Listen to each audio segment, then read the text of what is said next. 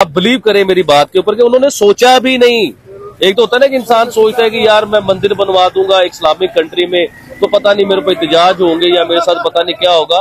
यकीन कीजिए कि उन्होंने सोचा भी नहीं। और उन्होंने प्राइम मिनिस्टर मोदी साहब को पता है क्या बात की, उन्होंने कहा जी मोदी जी आप पूरे हमारे मुल्क में जिस जगह पे उंगली रखेंगे उधर ही मंदिर बनेगा। तो ये कोई छोटी बात नहीं है, ये बहुत बड़ी बात है। तो जब हम लोग इधर बड़े बड़े मंदिर बनाएंगे और जो हमारे हालात है इस मुल्क के, आपको अंदाजा होगा कि जो बुरे हालात हुए हमें तो यही नहीं पता कि हमारे मुल्क में वजीर आजम कौन है, जीता कौन है। आज दुबई ने एक तरह बड़ा शाहकार मंदिर बना दिया है तो हम लोग उसके ऊपर सवाल उठाएंगे, हम उसके ऊपर बातें करेंगे कि मंदिर क्यों बन गया, मुसलमानों की कंट्री है जी, मुसलमानों की कंट्री में मंदिर क्यों बन गया। तो वो लोग ये बात नहीं करेंगे क्रिश्चियंस की कंट्री में मस्जिदों का क्या काम है, इतनी बड़ी बड़ी मस्जिदें क्यों बनी हुई है और इतना पैसा वो मस्जिदों में आ रहा है, कहां से आ रहा है वो पैसा। तो ऐसी बात हमें नहीं करनी चाहिए। सबसे पहले हमें अपने आप को देखना है। क्या हाल है सर आपका? जी अल्हम्दुलिल्लाह जबरदस्त। सर ये बात तो डेफिनेटली पूरी दुनिया में फैल चुकी है, एक आग की तरह ये खबर फैली है कि अबू धाबी के अंदर एक ऐसा मुआहदा जो 2015 में नरेंद्र मोदी ने रिक्वेस्ट किया कि भाई अबू धाबी के अंदर भी एक मंदिर होना चाहिए और उनकी जो ख्वाहिश थी वो 2024 में पूरी हुई। क्या कहना चाहते हैं इसके ऊपर? जी इसके बाद तो मैं पूरे हिंदुस्तान को मुबारकबाद देना चाहूंगा।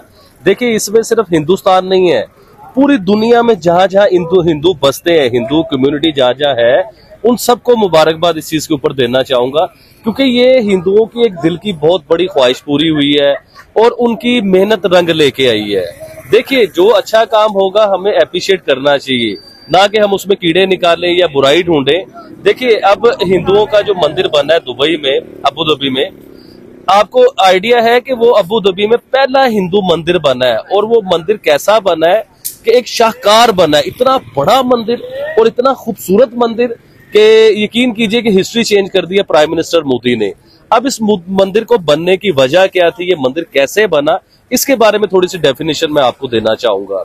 देखिए 2015 में प्राइम मिनिस्टर नरेंद्र मोदी का जब दुबई का दौरा होता है ना, दुबई के जो बादशाह है उनके साथ मुलाकात होती है। अच्छा इनकी यारी बन जाती है, इनकी दोस्ती बन जाती है क्योंकि दुबई जो है ना, हमेशा दुबई ये नहीं देखता कि हम इस्लामिक कंट्री हैं या हम मुसलमान हैं। दुबई हमेशा ये देखता कि हमारा फायदा कैसे है, हमने दुनिया के साथ तल्लुकात कैसे बेहतर कर रहे हैं और कैसे अपने मुल्क को ऊपर लेके जाना है। दुबई की पॉलिसीज ये होती है। अब प्राइम मिनिस्टर मोदी जब 2015 में दुबई गए, उनकी दोस्ती का सिलसिला हुआ, बड़ा अच्छा सिलसिला हुआ और दोस्ती सिर्फ दोस्ती नहीं थी, ये ब्रदर बन गए, आपस में ना भाई बन गए। अभी रिसेंटली प्राइम मिनिस्टर मोदी का जो एक इंटरव्यू चल रहा था दुबई के बीच में ही उस मंदिर की ओपनिंग में, तो उन्होंने साफ कहा कि मेरे दोस्त और भाई है ये, जो इनके बादशाह मोहम्मद के नाम से जो है ना इनके बादशाह। तो 2015 में जब प्राइम मिनिस्टर नरेंद्र मोदी की मुलाकात हुई, इन्होंने उनसे कहा कि हिंदुओं के दिलों की धड़कन और उनकी ख्वाहिशात जो है ना, वो ख्वाहिशात ये है कि हमारा एक मंदिर जो है ना अबू दुबई में बनना चाहिए।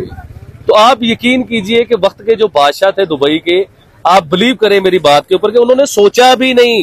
एक तो होता है ना कि इंसान सोचता है कि यार मैं मंदिर बनवा दूंगा इस्लामिक कंट्री में तो पता नहीं मेरे को एहतजाज होंगे या मेरे साथ पता नहीं क्या होगा।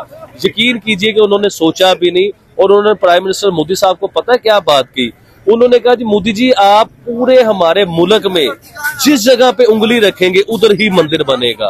तो ये कोई छोटी बात नहीं है, ये बहुत बड़ी बात है। इसके बाद आपको एक और बड़ी बात बताता हूँ। 2024 में, 2015 के बाद इसे बड़ा टाइम लगा बनने में, बड़ी मेहनत से वो मंदिर बना है। तो 2024 में उधर के जो बादशाह है उन्होंने एक और सरप्राइज दिया हिंदू कम्युनिटी को। बड़ा सरप्राइज ये दिया है कि हम इधर एक बहुत बड़ा जो है ना हॉस्पिटल बनाएंगे हिंदू कम्युनिटी के लिए, जिसमें हिंदू कम्युनिटी के नाम से वो हॉस्पिटल बनेगा और बड़ा ही आउटस्टैंडिंग किस्म का हॉस्पिटल बनेगा। मैडम अगला सवाल मैं आपसे ये करना चाहूंगी, अगर देखा जाए तो दुनिया के जितनी भी मुस्लिम कंट्रीज हैं वहां पर नरेंद्र मोदी का एक रोब, एक दबदबा नजर आता है कि लोग उनकी बात को टालते नहीं है। इनफैक्ट उनके साथ एक मुआहदा करने के लिए मरे जाते हैं।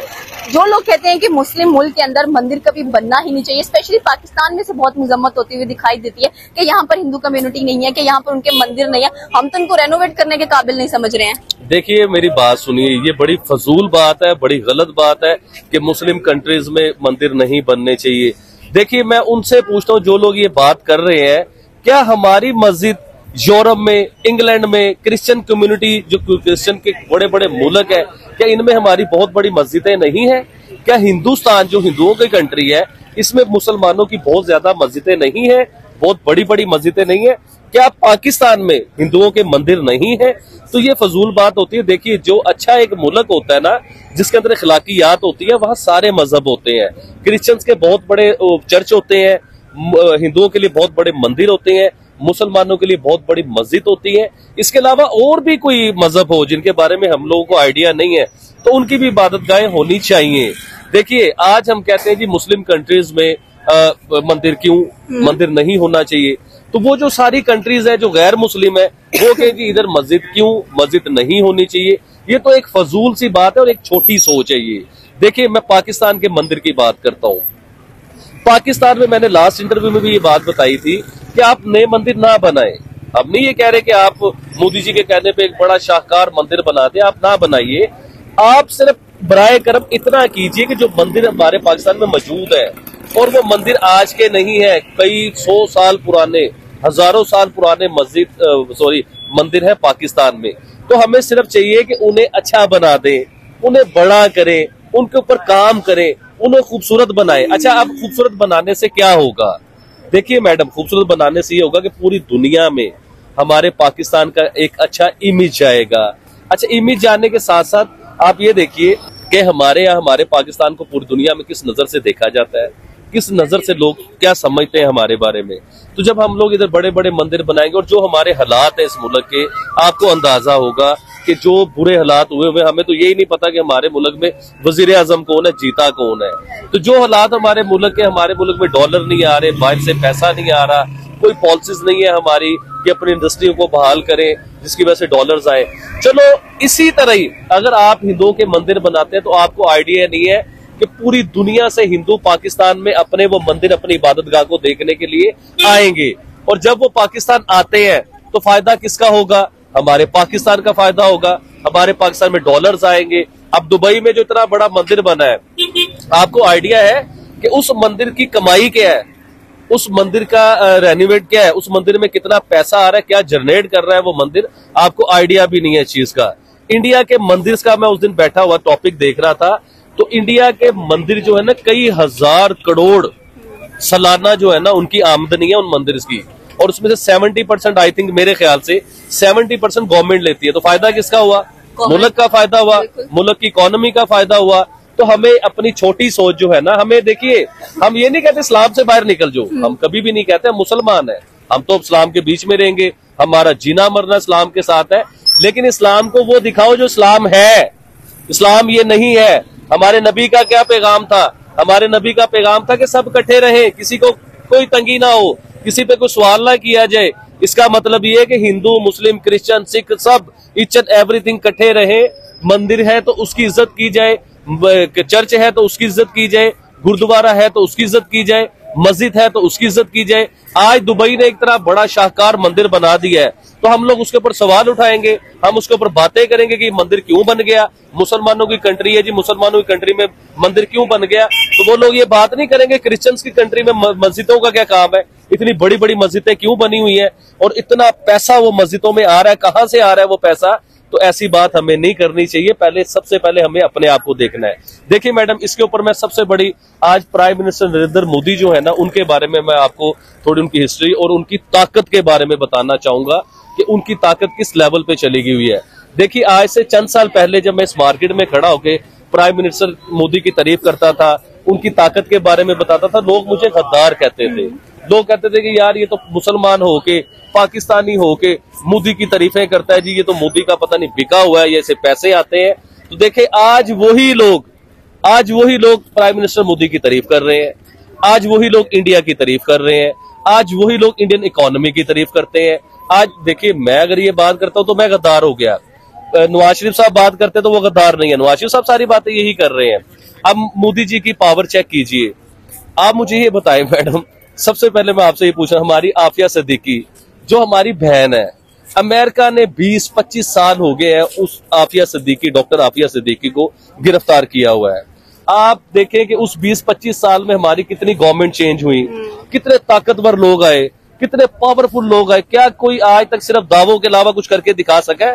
सबने कहा जी हमारी बेटी है, हमारी बहन है आफिया सिद्दीकी, तो हम उसे लेके आएंगे अमेरिका से। ऐसे सब मानते भी जुल्म हो रहा है, अपने मुंह से कहते हैं कि उस आफिया सिद्दीकी पे जुल्म हो रहा है, इस जुल्म की इंतहा हो रही है, उसे जेलों में रखा जा रहा है और बड़े बुरे तरीके से रखा जा रहा है और बहुत बुरी सजाएं दी जा रही हैं आफिया सिद्दीकी को। आपको क्या लगता है कि आने वाले दिनों में अगर देखा जाए जितने भी मुस्लिम ममालिक हैं उनमें एक इत्तेफाक नजर नहीं आता, लाइक हमेशा कॉन्फ्लिक्ट का वो शिकार रहते हैं, लेकिन अगर देखा जाए तो जो नॉन मुस्लिम कंट्रीज है वो ज्यादा ग्रो कर गई। अब तो मुस्लिम कंट्रीज भी यही सोचती हैं कि भाई हमें इकोनॉमिकली अपने आप को स्ट्रॉन्ग करना है, हमें पॉलिटिकली अपने आप को स्ट्रॉन्ग करना है, क्या हिंदू क्या मुस्लिम क्या क्रिश्चियन किसी से हमें कोई लेना देना नहीं है, हमें सिर्फ ये देखना है कि हमें बेनिफिट किससे नजर आ रहा है, हमारी दोस्ती किसके साथ है। अगर ऐसा करेंगे तो डेफिनेटली हम दुनिया में आगे बढ़ेंगे। एक ग्लोबल विलेज है पूरी दुनिया, हमारी तरह नहीं, पाकिस्तान की तरह नहीं कि हम मुसलमानों के साथ भी ताल्लुकात अच्छे नहीं है ना नॉन मुस्लिम्स के साथ अच्छे हैं। एंड इनफैक्ट हम मेन टारगेट बनाते हैं हमेशा इंडिया को, इंडिया ये कर रहा है, इंडिया हमारे लिए वो कर रहा है। देखिए मैडम, सबसे बड़ी बात ये है,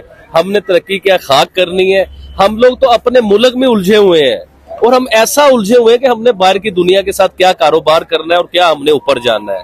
तो देखिए हम तो ऐसा उलझे हुए हैं कि किसी को कहते हैं तू वज़ीर-ए-आज़म है, किसी को कहते हैं तू वज़ीर-ए-आज़म नहीं है, किसी को कहते हैं तू चोर है, किसी को कहते हैं तू चोर नहीं है, किसी की टांगे खींच रहे हैं, किसी को पकड़ रहे हैं। देखिए प्राइम मिनिस्टर मोदी ये चीजें नहीं इंडिया में हो रही हैं, वो लोग सिर्फ अपने मुल्क के मफाद के बारे में सोचते हैं कि हमने तरक्की कैसे करनी है, हमने अपनी कंट्री को ऊपर कैसे लेके जाना है और पूरी दुनिया में भारत भारत कैसे होगा। तो ये थी आबिद अली की राय। आपकी क्या राय है आप हमें नीचे के कमेंट सेक्शन में बता सकते हैं। हमारे चैनल को सब्सक्राइब करना बिल्कुल मत भूलिएगा। तो मिलता है अगली वीडियो में। अल्लाह हाफ़िज़।